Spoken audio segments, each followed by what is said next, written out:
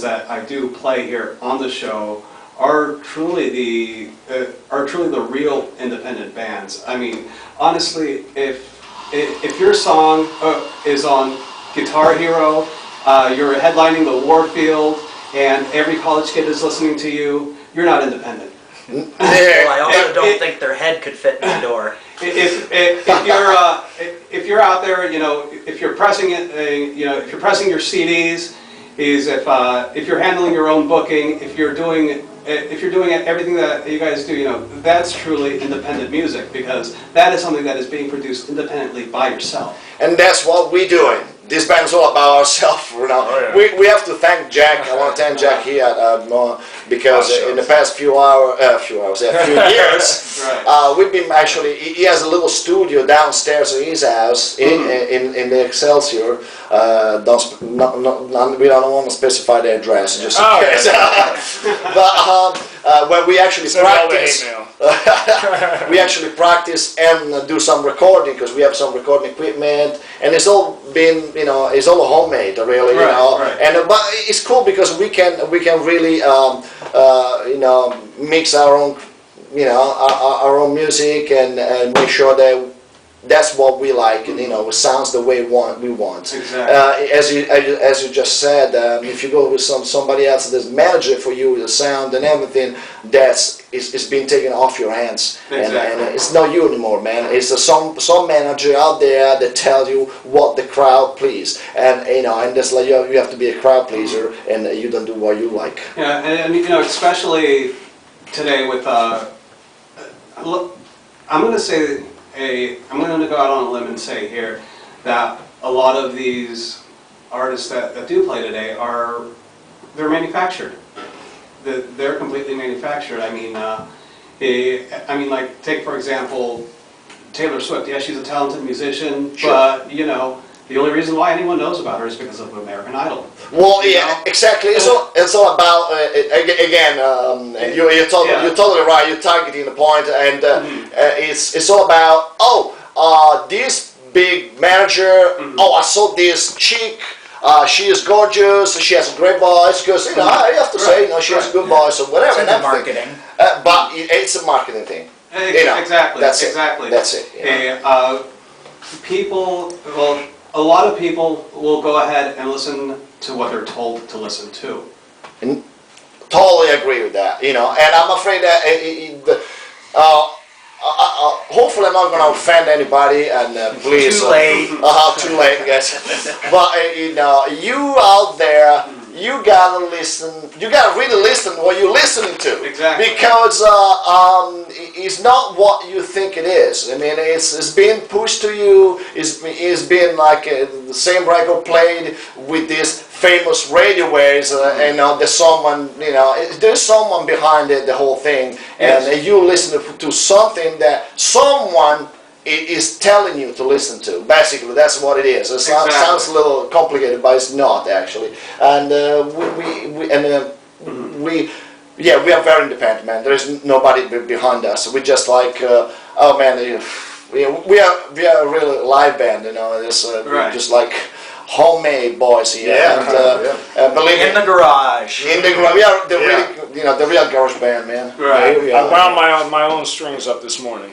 Oh, there we go. Ting. But yeah, I totally believe. I mean, the market out there is horrible, and one thing I want to add is do not discriminate by age. Right. There are so many great voices and musicians out there. Oh, yeah. They are well over 50 or whatever they are, and are still underground, and you know, it's like. It's a shame to let those people go because they're not super young and so attractive or something. I don't know, you know. That's talking about the general market out there. So you know, give a listen though. Yeah, definitely. What was it? I'm sorry, I had a little bit of a brain fart here. Yeah, man, me too. You know, it's No farting in the studio. Good thing we're up it's still early in the morning for me. You know, even it's afternoon already. But Right. Now, Are there any particular bands that you enjoy working with? When we play, Jack, he has a little new band coming out called Sick Wolf. That's a funny band, and we don't mind sharing the stage with them, and it's coming up. So listen up for this band.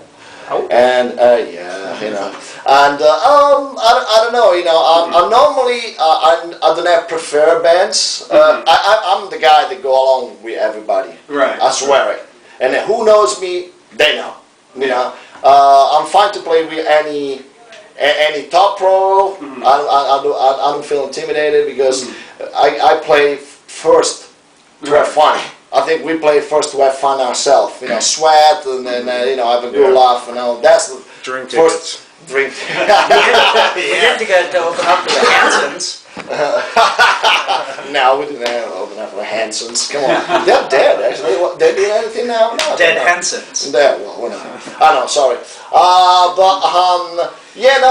feel comfortable with any band. I don't have one, two specific bands I love to play with. We played a couple of times with this band called Arts and Roulette. I don't know if you heard. He's out there, and he's a good friend of mine. And he's a good guy. And Rockin' Lloyd Trip. And the Zip Guns, we just played with them a couple of weeks ago. Actually, in Spain this year. He's a great player. The guy is a great player. But and overall, any band for me is fine. Right. And as long as they don't give me attitude, because I have no attitude, and I go on the stage, I'm very modest. I split my pants on the stage. Shakes his shoes. That's my philosophy. I'm gonna have a good time, and then it's like I actually, if it's a professional band that I open for, or I'm actually all ears, man. I want to see them, I want to hear them, and it's all like a learning, curve and stuff, And I'm just down to the basics, man. I like everybody, and I play with everybody, no problem, man. Yeah, definitely. Okay, so you guys have any gigs coming up? We have the Autorama in Sacramento, which is in a couple of weeks. We actually just played I wish we had this race show a couple of weeks ago. My bad, because you asked me, and I was like, okay. And then we played a Knockout just 2 weeks ago. But what else we have apart of the Autorama? Florence, Italy. Yeah, it was okay. Well, we actually I booked some shows in Europe, but nice. I go back and play these custom car shows in Italy. Would you believe it? They have hot rods in Italy. Would you? When I left my country, 20 plus years ago, if you had an extra thick tire on the car, like a half-inch, that was not stock, they stop you, man, and they give you $200 ticket. Unbelievable. And now they have hot rods. They're 350 engines and V8s and all that. Hot It's rod crazy. Fiat. And you know what? Fiat just acquired Chrysler, so you will see Fiats around, man. Go ahead. Actually, something I haven't seen myself, but I've heard a lot about is Cuba. The everyone's riding around in hot rods in Cuba because people stopped shipping cars to Cuba. I'm telling you, look, Guido's been there how many times now? 3 or 4 times? Yeah. Yeah, Guido normally goes every year, having this espresso and his cigar, right? And but yeah, Cuba is. I think I've never been there. I really want to go there. And they're still riding the old cars, and It's such a time warp. that's it. It's a time warp, really, and Hudson's everywhere, just daily drivers. Chevy, Hudson's, broken down up on the all blocks. Fords. So we see. Even a couple of Packards. Even a couple of Packers. But yeah, I think it's a great country now. I love to go there. Now, especially they get a little bit more diplomacy in between the two countries, and I'm a cigar smoker. Sorry guys, yes I am. I'm a stinker. I love cigars. So and I miss smoking. I have some Cubans home. Don't ask me how I got them, but They're fake.